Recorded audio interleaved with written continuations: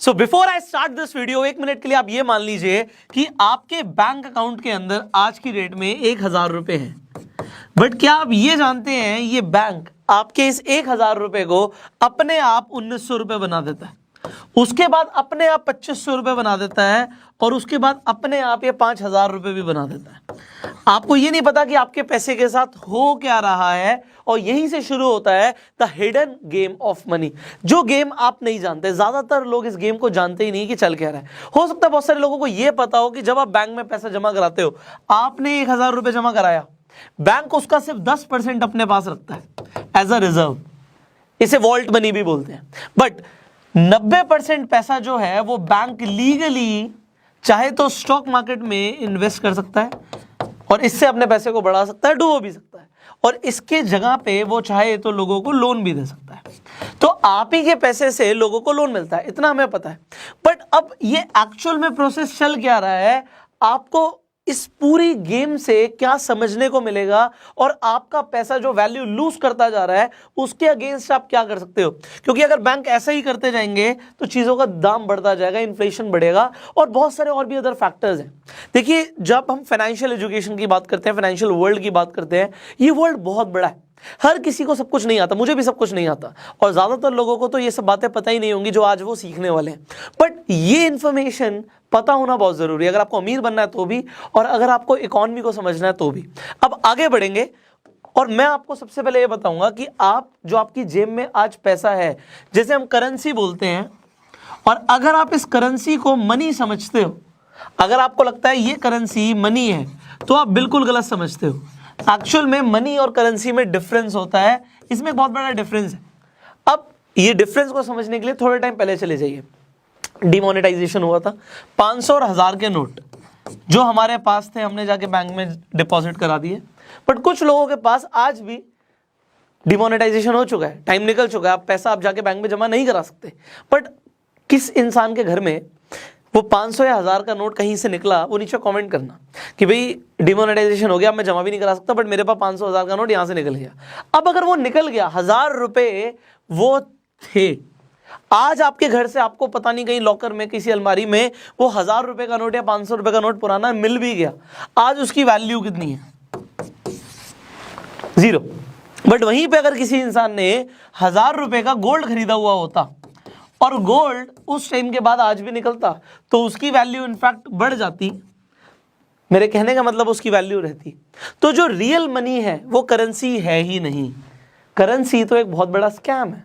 आज आपको समझ आएगा, ये जो करेंसी का गेम है, it is a big scam. आपके साथ क्या हो रहा है आपको यही नहीं पता।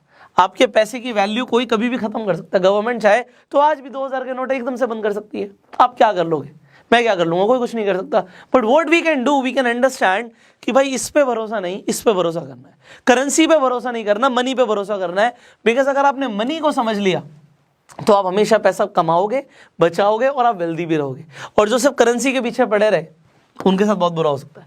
सो अब आगे बढ़ते हैं, इसे समझते हैं। जब मैंने बैंक का एग्जांपल लिया था कि बैंक आपके 1000 रुपए को 1900 रुपए कर देता है, वो कैसे करता है? देखिए, आपने बैंक में जब डिपॉजिट कराया अपने पैसे, अब आप डिपॉजिट क्यों करा रहे हो? आपने 1000 रुपए डाले।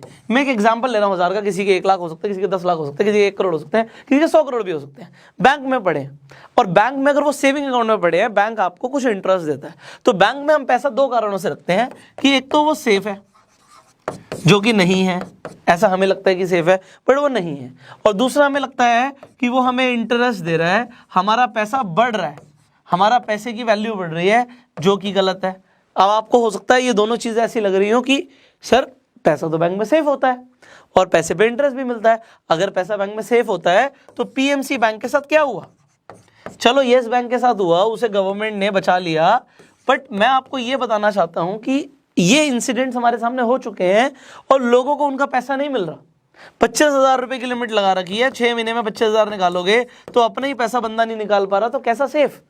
Money is not safe. और जब हम बात करते हैं कि हमें पैसे पे इंटरेस्ट मिलेगा, ये भी आपके साथ में एक बहुत बड़ी चीज हो रही है। मैं आपको समझाता हूँ क्या हो रहा है। इंटरेस्ट आपको जरूर मिल रहा है, 2.5% का, 3% का, 5% का, 6% का, अलग अलग बैंक अकाउंट्स में अलग अलग पैसा मिलता है। आप कुछ पैसा इसमें रख भी सकते हो, ऐसा नहीं रख सकते, क्योंकि पहले जो इंश्योरेंस था वो बहुत कम था, 1 लाख रुपए था, फिर चलो 5 लाख रुपए भी हमारा इंश्योरेंस आ चुका है कि अगर हमने एफडी करा रखी है और हमने बैंक में पैसा रखा हुआ है तो ये 5 लाख का इंश्योरेंस है। बट इंश्योरेंस के बाद पैसा कब मिलेगा, कितने टाइम बाद मिलेगा, वी डू नॉट नो, अगर बैंक डूब जाता है तो। बट इंटरेस्ट आपको मिलता है क्योंकि बैंक्स आपके पैसे को यूज करके ज्यादा पैसा कमाते हैं। वो स्टॉक मार्केट में पैसा लगाते हैं, ज्यादा उनको रिटर्न्स मिल जाते हैं, वो लोन्स दे देते हैं लोगों को, उससे ज्यादा पैसे मिल जाते हैं। बट जब हम इन्फ्लेशन की बात करते हैं, महंगाई की बात करते हैं, तो महंगाई हमेशा ज्यादा बढ़ती है जितना आपको इंटरेस्ट मिलता है। मतलब अगर महंगाई 5% बढ़ रही है या 6% बढ़ रही है तो आपको इंटरेस्ट वो 3% का देंगे। अगर आप सोचिए 1,000 रुपए के ऊपर आपको 6% इंटरेस्ट मिल भी गया, आपको 60 रुपए मिल भी गया, बट महंगाई ही 80 रुपए बढ़ गई तो आपके पैसे की वैल्यू लूज हो गई। महंगाई के हिसाब से 1,080 रुपये आपकी वैल्यू होनी चाहिए थी, बट 1,060 रुपये अगर वैल्यू हुई तो 20 रुपये का नुकसान हुआ है हमें। तो बैंक में पैसा रखने से एक्चुअल में नुकसान होता है। जब आप एफडी करा लेते हो, एफडी इस तरीके से बनाई जाती है कि आप इन्फ्लेशन को कम से कम बीट कर दो। ऐसा नहीं है एफडी में रख के बहुत अमीर बन रहे हैं, कंपाउंडिंग होगी तो बन सकते हैं, बट अल्टीमेटली इन्फ्लेशन आ रहा है। अब जैसे मैंने आपको बताया था कि बैंक क्या कर रहे हैं, आपके 1,000 रुपये को वो लीगली किसी को लोन दे देते हैं। अब एग्जाम्पल लेते हैं, ए ने बैंक में पैसे रखे 1,000 रुपये और बी ने आके बैंक से लोन मांगा। बैंक ने यहाँ पे इसे 90% का लोन दे दिया, एग्जाम्पल मान लेते हैं, क्योंकि बैंक 90% से ज्यादा भी लोन दे सकते हैं, कुछ बैंक तो 0 रिजर्व भी रखते हैं तो 100% भी लोन दे देते हैं। यहाँ पे जैसे 90% लोन दिया, मतलब 900 रुपये बी के पास आ गए। अच्छा मुझे एक बात बताओ, जब आप बैंक में पैसे रखते हो तो आपके बैंक में जब 1,000 रुपये रखे हुए हैं तो आपको 1,000 रुपये दिखते हैं? बिल्कुल दिखते हैं। तो डिजिटली आपको 1,000 रुपये दिख रहे हैं, बट इंटरनली बैंक ने उसमें से 900 रुपये उठा के बी को दे दिया है, और बी को जैसे ही उसने पैसा ट्रांसफर कर दिया है, बी के अकाउंट में भी 900 रुपये दिखते हैं। समझ पा रहे हैं आप? बड़ा सिंपल है ये, इसमें रॉकेट साइंस नहीं है। आपने जाके बैंक में 1,000 रुपये डाले विद ऑल लीगैलिटीज, बैंक ने उसमें से 90% पैसा ए का पैसा बी को दे दिया और उसको 900 रुपये अकाउंट में रिफ्लेक्ट कर रहे हैं कि मेरे अकाउंट में लोन के 900 रुपये आ गए। ये 900 रुपये हवा में कहां से आए, और ये 1,000 रुपये जो हैं ये हमारे अकाउंट में दिख रहे हैं। आपको लगता है आप जब चाहे वो 1,000 रुपये को बैंक से निकाल सकते हो, और आप निकाल सकते हो, बट आप इस बात को समझना, अगर बैंक के पास 1 लाख कस्टमर है या 10,000 कस्टमर है या 1 करोड़ कस्टमर है, और ये बैंक के पास पहुंच जाए कि हमें अपना पैसा चाहिए, बैंक कहेगा जी मैं नहीं दे सकता, मेरे पास है ही नहीं, मैंने तो जी 10% का रिजर्व मेंटेन किया हुआ है, तो आप सबका 10% पैसा ही है मेरे पास, या मेरे पास सिर्फ 5% पैसा ही है, या मेरे पास सिर्फ 0% पैसा ही है, मैं नहीं दे सकता आपको। थोड़ा बहुत कैश है सर्कुलेशन में जो चल रहा है, और ऐसा बहुत बार होता है।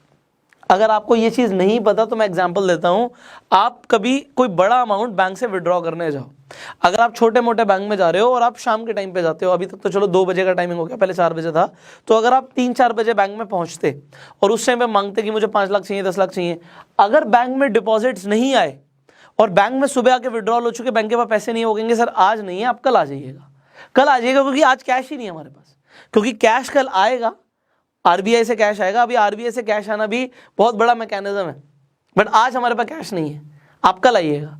We do not have money, और वो जो पैसा दे रहे हैं वो मनी भी नहीं है, वो करेंसी है।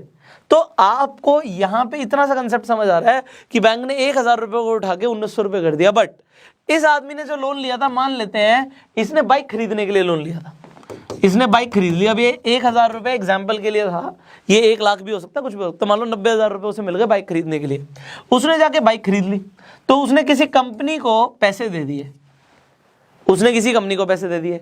अब कंपनी के अकाउंट में जब पैसे आ गए तो कंपनी क्या कर सकती है, वो चलो अपने बैंक में रखती है, और बैंक में रखने के बाद अपने एम्प्लॉयज़ को सैलरियाँ दे देती है बहुत सारी।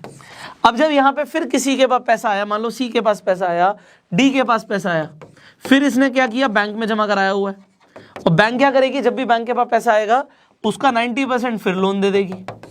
अब ये जो प्रोसेस है ये चलता ही जा रहा है, ये रुकता नहीं है, और इसीलिए जो करेंसी है, जो एक्चुअल में करेंसी बनती जा रही है, बढ़ रही है, जैसे जैसे करेंसी बढ़ रही है वैसे वैसे आरबीआई नोट प्रिंट करता जा रहा है। नोट वो प्रिंट लीगली कर रहा है, बट उससे होता क्या, आपकी जो वैल्यू है ना करेंसी की, वो लूज होती है। आप देखोगे गोल्ड का प्राइस हमेशा बढ़ता क्यों है, क्योंकि गोल्ड जो ऐसी चीज़ है वो छापी नहीं जा सकती, वो लिमिटेड है, उसकी सप्लाई लिमिटेड है, गवर्नमेंट जितना चाहे उतना गोल्ड नहीं छाप सकती। तो गोल्ड के प्राइस हमेशा बढ़ते हैं और करेंसी के प्राइस हमेशा डाउन जाते हैं। अगर आपको मेरी बात पे यकीन नहीं है, अपने माँ बाप से पूछना कि जब आप छोटे थे तो 1,000 रुपए में कितना सामान आता था, उनसे वैसे पूछना कितना समोसे आते थे, कितने जलेबी आती थी, कितना कितना आपको दूध मिल जाता था, तो वो आपको बताएंगे इसमें तो हम पूरी मौज ले सकते थे। और आज उस 1,000 रुपए की कोई वैल्यू नहीं है उस टाइम के सामने। और इनफैक्ट आप ये चेक कर सकते हो कि आज से 20 साल पहले 1,000 रुपए में कितना गोल्ड आता था और आज कितना गोल्ड आएगा। सो यू कैन अंडरस्टैंड कि गोल्ड का रेट बढ़ रहा है, क्योंकि gold is a real money. अब गोल्ड का मैं एग्जांपल ले रहा हूं, it is not just about gold. आपको समझना पड़ेगा जो कैश है, cash will always lose its value. अगर आज आप अपने घर पे कैश संभाल के रखते हो और आप उसे भूल जाते हो तो 1 साल के बाद उसकी वैल्यू कम हो जाएगी, 20 साल के बाद तो उसकी वैल्यू बहुत कम हो जाएगी। और मैं आपको एक एग्जांपल क्यों दे सकता हूं, मेरी मदर ने ये गलती करी हुई है। मेरे नाना जी ने मेरी मदर को कैश दिया था जब उनकी शादी हुई थी। अब उस टाइम पे जो कैश दिया था, उनके पास नोट थे, 100-100 की गड्डियां थी, उन्होंने कुछ पैसा संभाल के रख लिया। अब इंडियंस पैसा संभाल के क्यों रखते हैं, कैश संभाल के रखते हैं, अपने पास बचा के रखते हैं। क्यों बचा के रखते हैं कि कभी इमरजेंसी होगी तो उसे यूज कर लेंगे। जब डिमोनेटाइजेशन हुआ तो ऑलमोस्ट इंडिया में हर औरत ने कहाँ से पैसे निकाल के अपने हस्बैंड को दिए हैं कि भैया जमा करा। हस्बैंड को अपने, तेरे पास इतने पैसे कहाँ से आए, जोड़े थे जी हमने। तो इंडिया में जोड़ने का कंसेप्ट है, ऐसा नहीं है वो गलत है, बट पहले इतनी ज़्यादा वैल्यू नहीं टूटती थी पैसे की जितनी आप टूट रही है। अगर आप इसे समझ रहे हो तो आपको आज आप अपने फ्यूचर को प्रोटेक्ट कर लोगे। यहाँ पे मेरी मदर ने कैश संभाल के रखा। जब मैं बड़ा हुआ मैंने उनका लॉकर देखा और मैंने कहा मम्मी ये पैसे आपने क्यों रखे हुए हैं, ये तो पुरानी वाली गड्डियाँ हैं। कह रहे हाँ मेरे नाना, जो तुम्हारे नाना है, मतलब मेरे नाना है, उन्होंने मुझे पैसा दिया था। अब मेरे नाना जी ने पैसा दिया था, उन्होंने संभाल के रख लिया। उन्होंने कुछ गोल्ड भी दिया था, फिर जब गोल्ड दिया था तो गोल्ड के रेट तो बढ़ गए, बट जो कैश दिया था उस कैश के रेट खत्म हो गए। मतलब उस टाइम पे उस 100 की गड्डी से कितनी सारी चीजें आ सकती थी।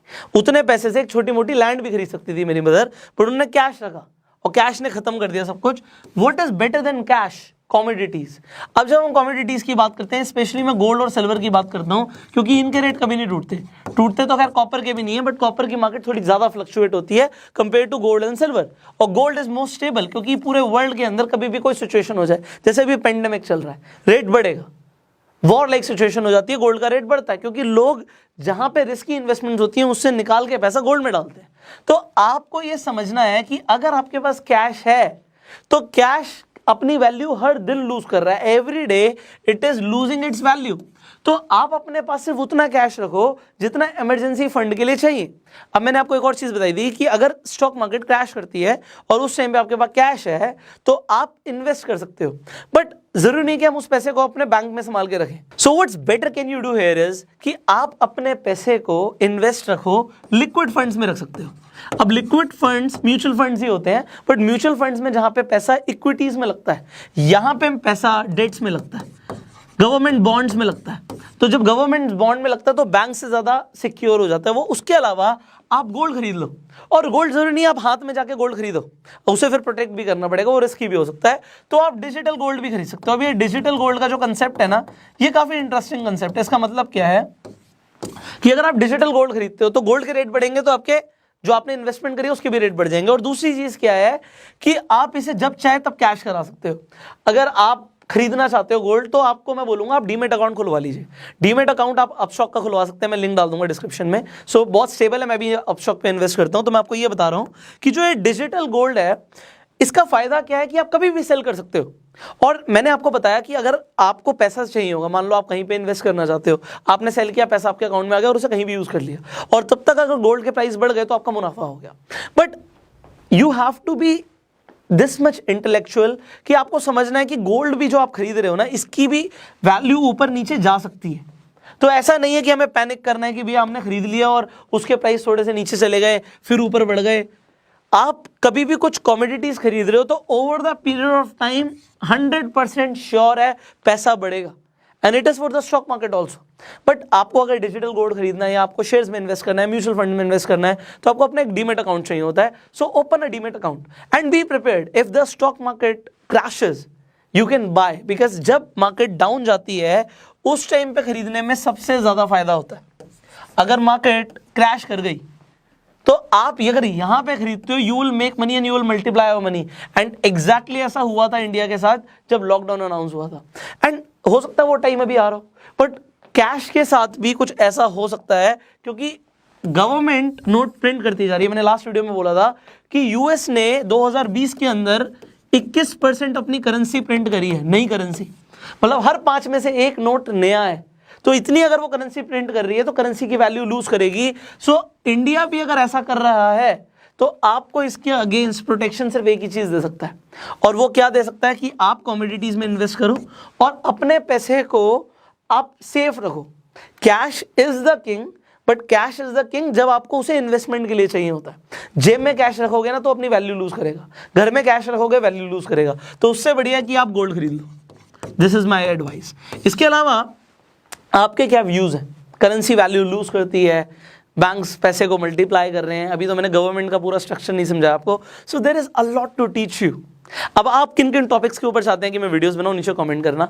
इस पूरे कंसेप्ट के ऊपर आपके क्या व्यूज हैं, आप क्या कहना चाहते हो, नीचे कमेंट में बताइए। शेयर कीजिए इस वीडियो को सो दैट लोगों को the hidden game of money समझ आए।